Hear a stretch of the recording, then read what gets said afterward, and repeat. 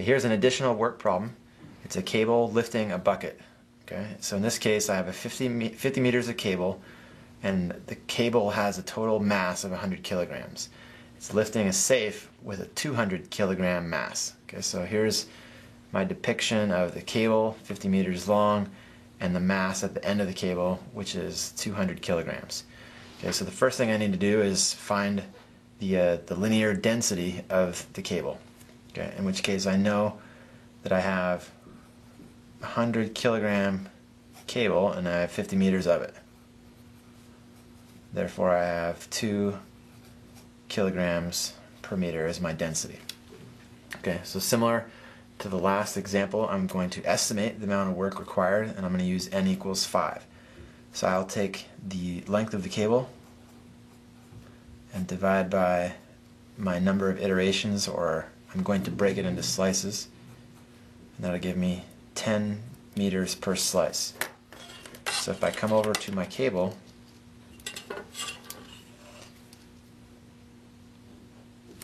so now imagine that each slice of this cable I'm going to deal as a single unit, and I'm going to determine the amount of work required to lift each slice. Okay, so this last slice, if I again use the same assumption that I'll measure the distance from the bottom of that slice. So this slice has to travel the full 50 meters to get to the top.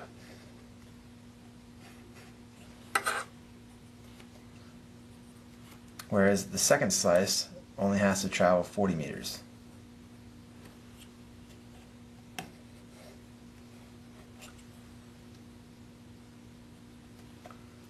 Okay, and this continues, and each slice travels a shorter and shorter distance to actually get to the top, where the last slice will only travel 10.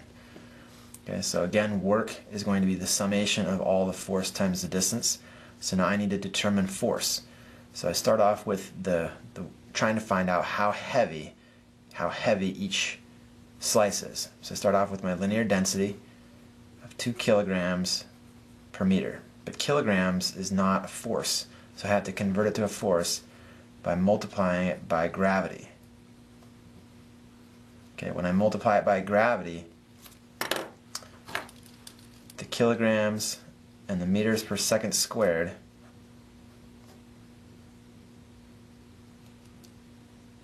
kilograms times meters per second squared gives me a Newton. Okay. Newton is the force that I'm looking for, and now I have to get rid of my meters. So I'm going to multiply by my delta x, which is 10 meters.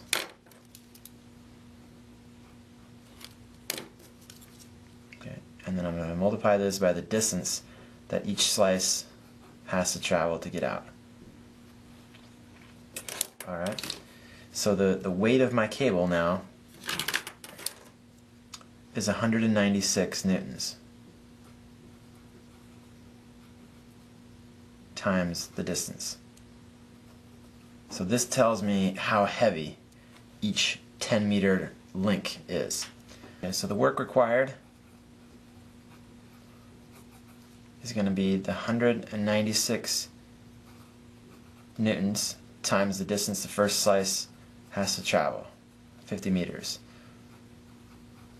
Then I'll continue this process. The second slice travels 40 meters. Third slice will travel 30 meters. The last slice travels 10. So I sum that together and I get 29,400 newtons times meters. And another way to write newtons times meters is joules. Okay, and then the last thing I have to do is the work for the safe. And the work for the safe is the 2,200 kilograms times 9.8 meters per second squared times the distance that it travels. So this computes newtons, and it has to travel a total of 50 meters. Which gives me 9,800 Newton meters for the total work required, estimating to be 127,400 Newton meters. Okay, so now to determine the exact amount of work. Instead of having 5 slices, we want to have infinite slices. So we'll just represent that infinitely thin slice with the term delta x. And that delta x has to travel some variable distance, x star, to get to the top of the spool.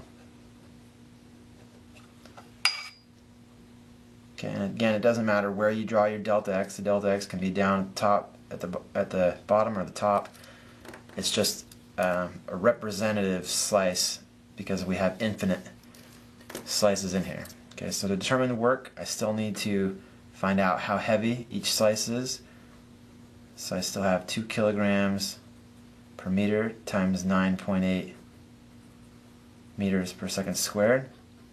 And now it's times the delta x, which is in meters.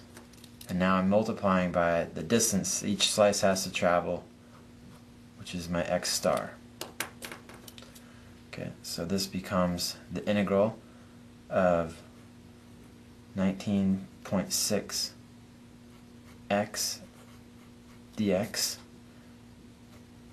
okay, where my x star becomes x and my delta x becomes dx. And now my limits of integration, this is the minimum distance that the first slice travels, and that is the slice right at the very top, which will go 0. And the slice at the very bottom has to travel the full distance, and it goes 50. Okay, so if I integrate this, I'll get 19.6 x squared over 2, evaluated from 0 to 50. And that will give me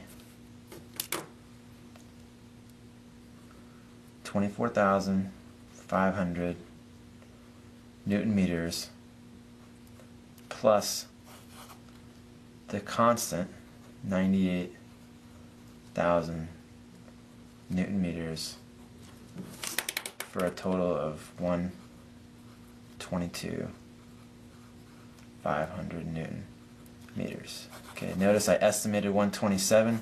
The exact is 122, indicating that they are in fact very close. Okay, so keep in mind this was the variable work of the cable, and this was the constant work of the safe. Okay, so the next part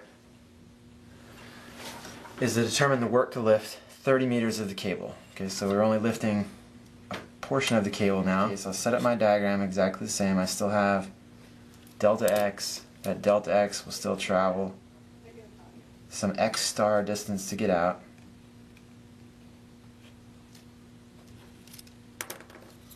So to set up my integral, I'll still have the same setup I had here. So I'll still get 19.6 x dx. Okay, I'm still going to have my limits of integration. The first slice is the slice at the top, will still go 0. And the last slice is here at 30. So this last slice goes 30.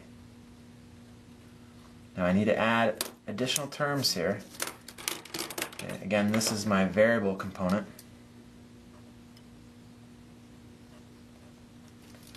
So now I need to add the constant components. So my constant, again, I had the 9,800 Newton meters due to the safe. And I have to add an additional dead weight of this 20 meters of cables at the bottom. This 20 meters here, in effect, just moves from here to here, but never actually makes it on the coil, which in turn just adds to the dead weight. So to determine my dead weight, I can take my 2 kilograms per meter times my 9.8 meters per second squared times the length of the cable that is not coiled. Okay, this tells me how heavy 20 meters of cable is. I'm going to multiply it by the distance that 20 meters travels. This 20 meters will travel 30 meters in the air. Okay. So when I compute this, this comes out to 8,800 Newton meters plus 98,000 Newton meters plus 11,760 Newton meters for a total work of 118,580 Newton meters. Okay, and now you always have to ask, does it make sense? If I do less work, if I only lift the safe portion of the distance, I should require a lower number than what I had before, and in fact is less. Therefore the answer does make sense.